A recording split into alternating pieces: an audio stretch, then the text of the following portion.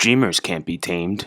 Oh! And finance is one of those big aspects for millennials. Is like, when am I going to buy a house? When am I going to get married? When am I going to have these kids? And though we're letting go of those expectations, you see it in our culture a little bit more. Mm-hmm. I think people still struggle with it because we also deal with the expectations of our parents who place those social expectations on us. Right. So my question for you is, first, how did you start getting into the finance and the budgeting game? And what inspired you to kind of start correcting or begin building financial freedom? Right. So for me, I've been pretty independent since a young age. So by the age of 17, I think I was out of the house. I paid for college on my own. So I had to budget then, even though I had no idea what I was doing. I had to budget then because I was the only one who paid for my classes and everything else. So I knew like, all right, I would work this semester, I'd save up, and then I'd be able to pay for the next semester forward. So I had to have like a pretty strict budget, or like I'm just gonna have to mooch food off someone or something. I had to figure it out. So that's really how I got started. Kind of like I just moved out and then I was just thrown into the adult world. So I really had to figure a few things out. And because I saw recently you just paid off a bunch of debt in terms of your Instagram. Yeah, how did you get into that space of like having so much debt?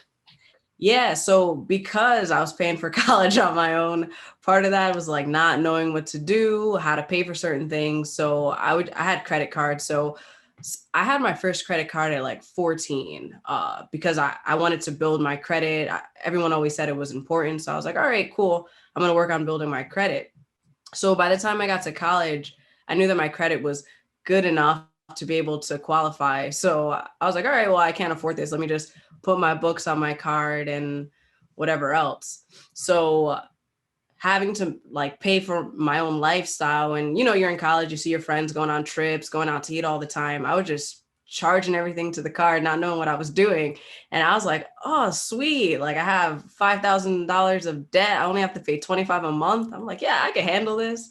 Like just being stupid. I was like, oh, my minimum payment, because that's all I was paying, the minimum payment. I didn't realize what like interest rates do to your debt or anything like that.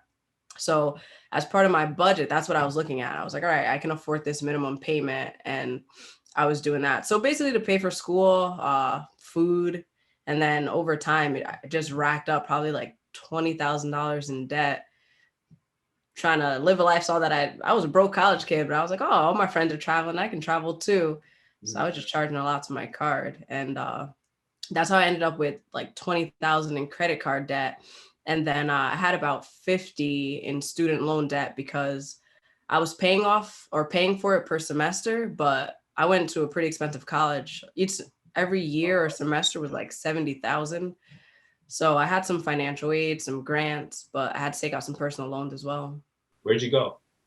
Stevens Institute in Hoboken. Oh, okay, all right. Oh, yeah. That's a private school, no? Yeah, it is a private school, private price too. So you gathered all this debt during college. Yeah. And how old are you now, if you don't mind me asking? 28. 28. Okay. I mean, it's not too long ago. So then what made you, because I'm assuming there was some discomfort or pain that you must have experienced to make this decision and be like, all right, I'm going to focus on getting out of debt. What was that story? What was that discomfort that you went through or experienced?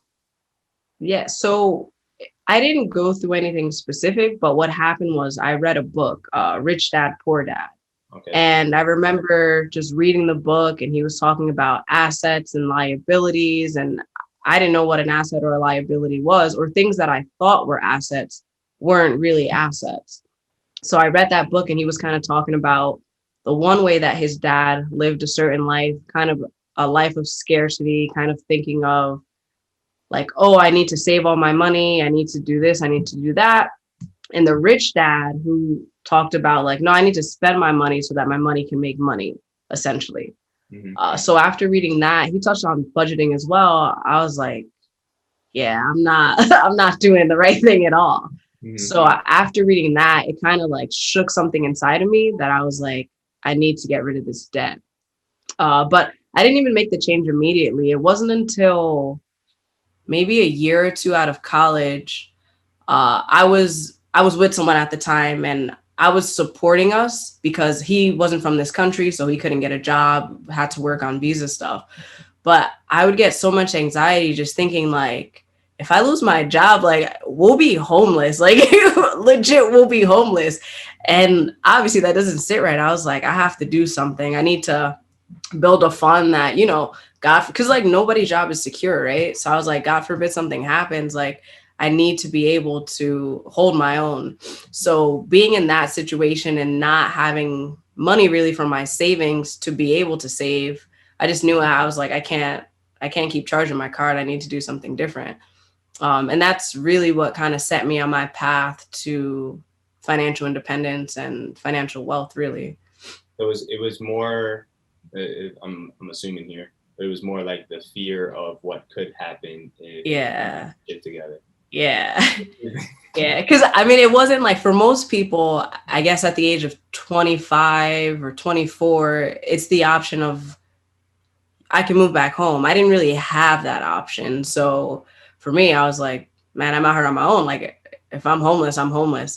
Mhm. I wouldn't be able, I mean, I'm sure my friends would take me in, but like I'm not trying to show up on someone's door, in that situation. So you had to have a level of awareness and kind of like an honesty or vulnerability with yourself at that moment in time. With that said, like, I'm fucking up right now. No. Pretty much. It's definitely it's difficult thinking about it, right? Because I graduated from one of the like top engineering universities. I'm making a decent amount of pay. I think maybe I was making like 70,000. I was making more than, my parents. I was making more than most people my age. So in your mind, you're checking all the boxes and you're like, yeah, I'm doing this right. But you're taking a look at what your life actually looks like. And you're like, yeah, I'm not doing this right. Like something's wrong. Like you should be at a spot where you should be saving. You can contribute to your retirement account. But I was like, I'm doing something wrong that I'm unable to do that. Like I'm living paycheck to paycheck, basically. Mm-hmm. Do you believe that so if you don't mind, I struggle with the idea of right and wrong, right? So for example, um, I believe there's multiple ways to do things, but I do agree with you that financial freedom is super important. So like yourself, I too, well, still am in debt. I got rid of all my school debt, but I still have credit card debt, right? But luckily, I was able to purchase a house when I was younger and was able to use that collateral to be able to now get myself out. So then my question is, were the expectations that you placed on yourself, is that what makes you believe that you were doing something wrong at that time? Because I remember in the story you said that I guess you were with someone at that time and you weren't sure what was going to happen. There was the fear of being homeless, right? But then there's also the expectations that we place on ourselves as a millennial. Do you feel that you still place expectations on yourself, or do you feel that financial freedom actually like allows you to let go of those expectations and now visualize a life that has more like abundance in it? Right. So, as far as expectations being set, I think initially when I was making certain buying decisions, so when I picked my apartment or I picked my car, I had those expectations of like, I shouldn't be driving a little 96 hoopty to like this job. I should have an apartment that, has 2 bedrooms, even though I'm not using it. Like, I should have an apartment because I can afford it. So, initially, I had those expectations. But then after kind of having that mindset change, I find I don't have that many expectations, not of myself, but I just feel like I guess I don't care that much about what other people have to say or what they think, like not being rude or anything like that. But I feel people always have their opinions. So this is random, but for the longest time, I didn't have curtains in my living room. And like it didn't bother me. My friends would be like, could you get some curtains? I'm like, for who? Like, I like bright lights. I don't need a curtain, Mhm. whatever.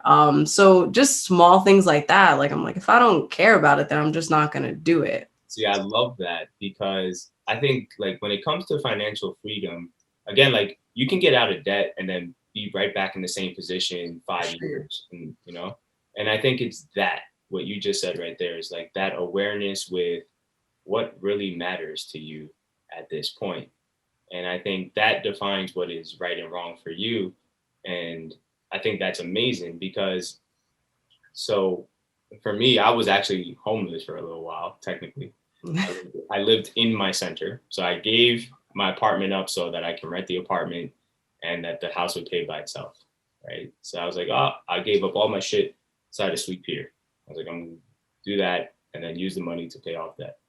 Um, at that time, the identity that I had with Mm, guy who drove the nice car, yeah. the nice things, right? That was really hard to let go of. So detaching from this idea that you need to have these things. So I think what I learned from my experience was that detaching from money is just as important as creating the financial freedom. So I think what's the guy's name? The rich dad poor dad, Robert. Yeah, Robert Kiyosaki, I believe is his last name. Yeah. So it's the mindset of abundance, Yes. using the strategies to be able to gain financial freedom. And I think that's the real important thing. So, my question for you now is I see that you've been going into the idea of spreading awareness with financial freedom.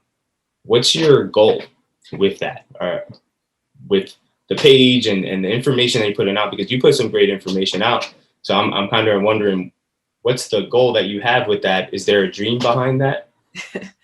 So I don't know if there's a dream behind it. It's more so personality. If I can help anyone, that's just how I am. I enjoy helping people. Uh, all the time, people are like, you should be a teacher. I'm like, maybe. So I was like, I don't know what I would teach though. So I finally found something that I'm passionate enough about that I want to be able to help people at least be aware. Um, I'm not here to tell anyone like you're living your life right or wrong, because again, I struggle with the same thing. I'm like, well, what's right, what's wrong? It's really based on what you think, what your expectations are, right? We have these list of things that you probably shouldn't do, like murder, right? But overall, how you live your life is like, if that's right to you, if that makes you actually happy, then that's on you. So for me, I'd say my goal is just awareness. So I find that a lot of people make certain decisions or move in a certain way because they're not aware of it, or they're doing something that they think actually makes them happy when it's not really contributing to like core happiness. It's kind of happiness in the moment. Mm. So just trying to bring an awareness to people so that, they can make a change in their life if they choose to.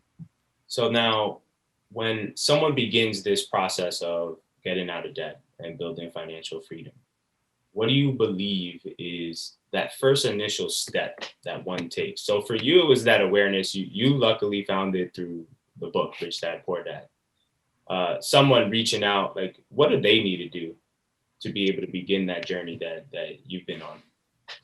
Yeah. So I think the first step is kind of having that honest conversation with yourself. Why do you want to do this? Because I find with anything, if you don't have a why, it's easy to just let your dream fall apart, or for you to not pick up or make the right actions and right decisions on those days when you don't really feel like it.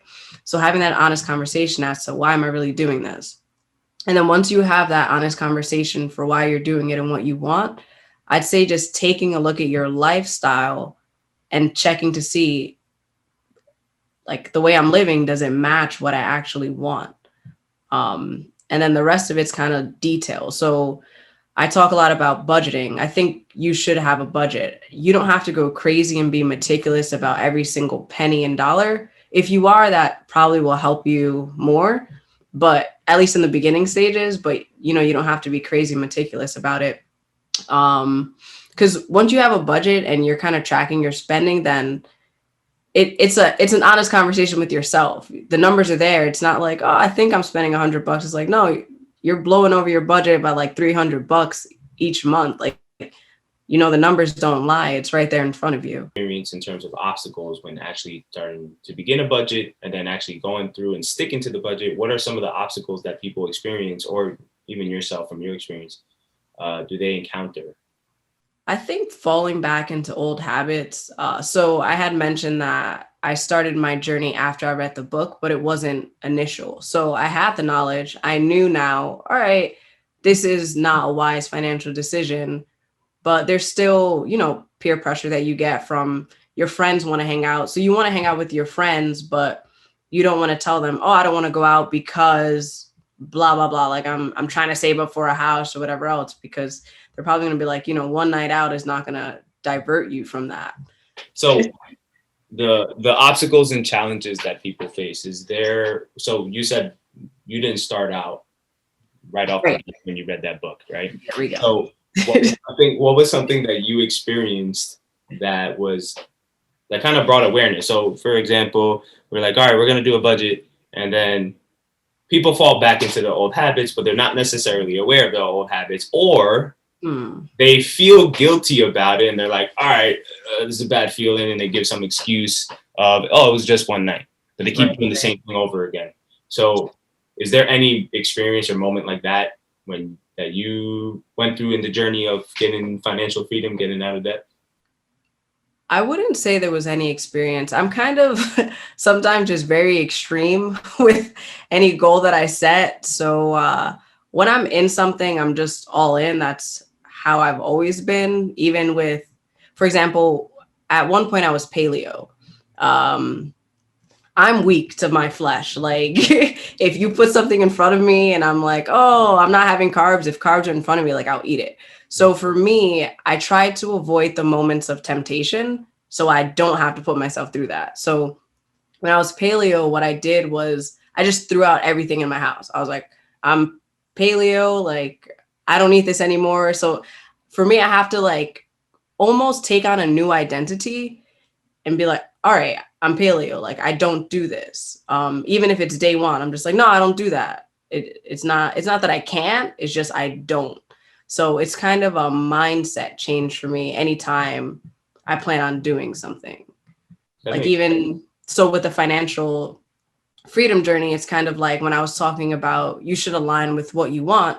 For me, I'm like, I want financial independence. So am I going to go out? Yeah, I'll go out, but I'll pregame or I'll have a meal before I go out just to make sure I'm not hungry and starving myself, because I still want to hang out, but I don't need to put myself in that situation because I can do things beforehand to just make sure that I just keep on doing what aligns to what I want to do in the future.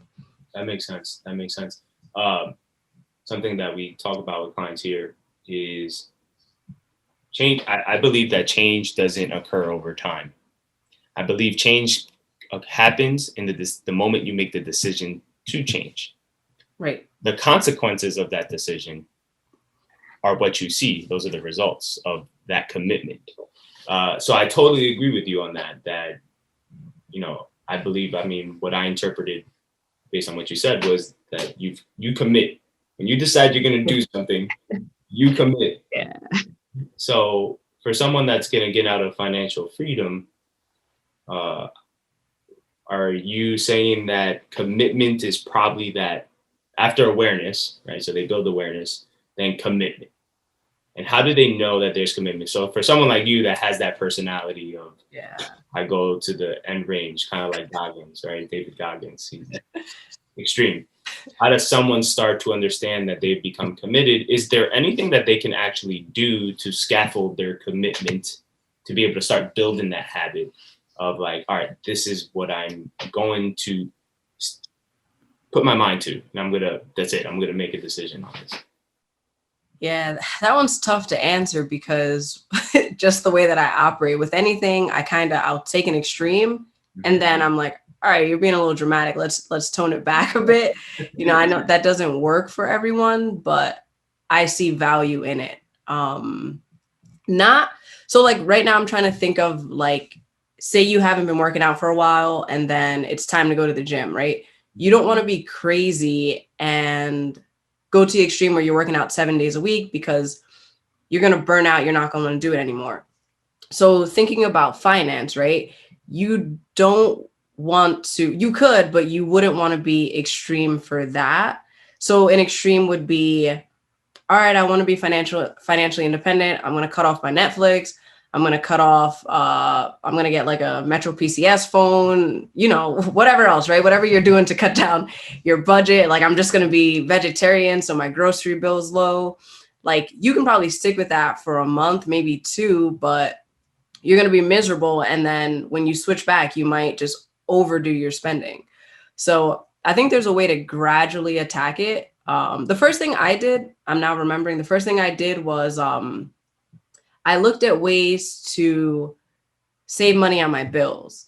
So I would, with my credit card debt, instead of paying like 35 here, 60 here, what I did was I consolidated my debt. So the overall payment was lower. So I was like, all right, I'm saving $50. It wasn't a real savings, but I'm saving $50 here by consolidating this. Then I took a look at my cable. I'm like, all right, I don't really watch TV and I'm paying for cable. So let me just switch to get internet and phone, whatever the cheaper option is. So I called my cable company to say, hey, like, I've been a great customer for however many years. Is there any way, I would hate to lose your service. Is there any way you can help me out? Those types of phone calls. Yeah, so I just figured out how to save money by looking at the things that I'm still spending. So that was probably like phase one. And then once I was able to get like $200 saved by making those steps, I was like, okay, I can add this to savings, or I can take this and pay off more debt. Phase two was, now that I had these habits in place and I'm doing well, it was looking at, what do I really need? So a big one was my apartment. I think I was paying like $1,500 or something like that unnecessarily. I had 2 rooms and it was just myself. So I was like, when my friends come over, they'll have a place to stay. So just being honest, right? Did I need 2 bedrooms? No. So I'm like, all right, I can save by like cutting down on my apartment cost. I can save by maybe living a little bit further out, having to commute, and then paying attention to how much am I going to spend on gas or my Metro card, and how much overall will that actually save me. So I started looking at things in more detail, probably after a year or two. And then I started the sacrifice. So cutting out whatever else I didn't need, or whatever I was spending my money on that really I would just spend my money to spend it. Okay. So probably like a 2-step process. 2 steps. So now in your current financial state and mindset, more so, where do you splurge for yourself? The most random things. So I don't buy things as much anymore, just because I'm just not that I'm not interested, but most of the time I'll buy something and I'm like, I don't even want this. Mm-hmm. So I splurge on travel. And even then I'm always trying to do a budget travel. That's just how I am. It's kind of like a game to me now. Like, all right, I want to go to Mexico. Can I get there for 10 days on $500? Like, I'm like, it's a game. Like, let me figure this out. Mm-hmm. So I guess my recent splurge was my puppy. Spent a pretty penny on him. Yeah. It's a cute dog.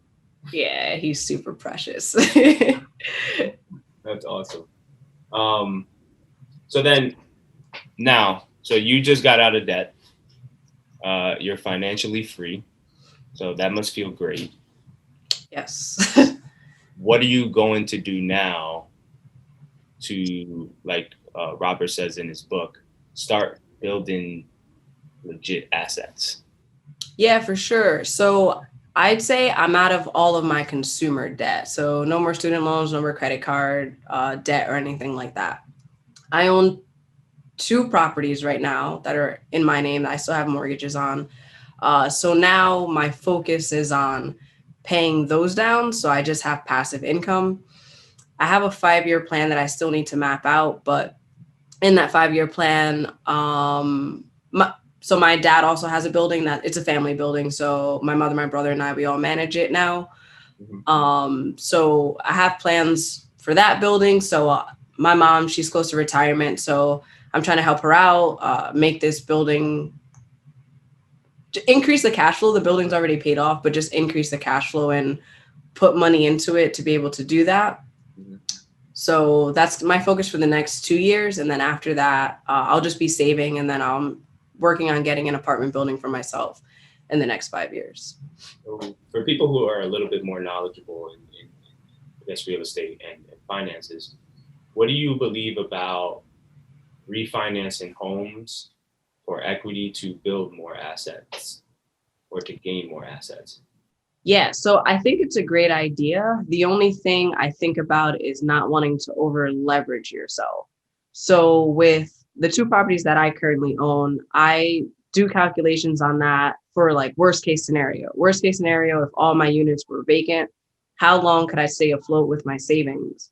If I'm uncomfortable with that, so let's say I had an apartment building, what I would do is I'd save up or use equity to put that down payment in, but it's always a calculated risk. So I need to make sure that I have enough to cover emergencies, vacancy situations.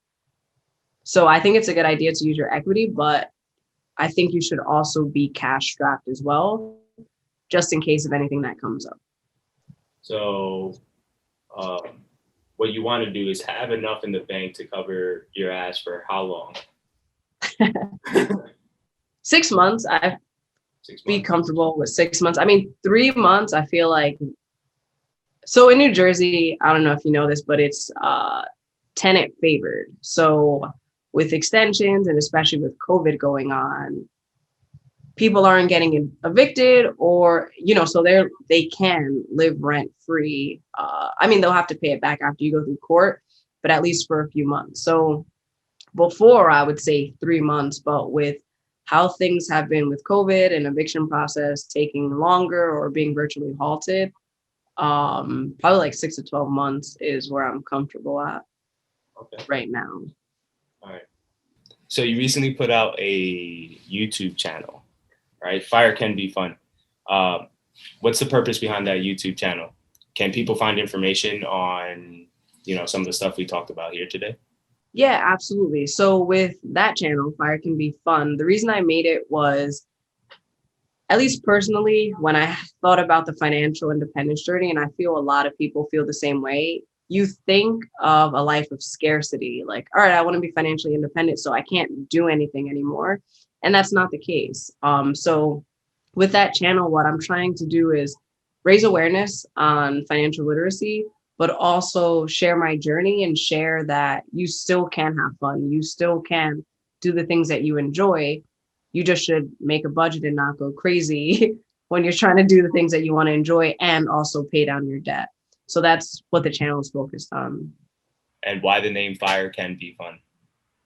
So so it's the idea of, instead of thinking of financial independence as this daunting process and scarcity, it's not. It can be fun. You can have fun along the way. You don't have to give up everything to be able to achieve financial independence. You can have fun like on your journey.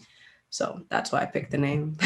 And do you do any type of financial coaching or help people in any way, like services in that way? Not currently. So what I want to do is build my channel, and then for me, I want to be able to work with my friends initially, work with, my mom, my siblings, my cousins initially, my family members initially, kind of have like a team. And if I find that to be successful, then, take it to the next step and be able to offer it to other people. I love it. I love it. Where can people find out more about you? Yeah, so I'm on YouTube, Fire Can Be Fun. I'm also on Instagram under myself, Vania Nettleford, and also Fire Can Be Fun. So you can send me a message. I have my phone glued to me almost always. So you shoot me a message or anything. I'm on Instagram and YouTube. Awesome. And the last question that I always ask everybody if I'm on here is, how do you want the world to remember you after you leave this dimension, Earth, planet, world, whatever you want to call it. For sure. So I'd love to be remembered as just a happy, easygoing, helpful person. If a few people remember me that way, then that's enough for me.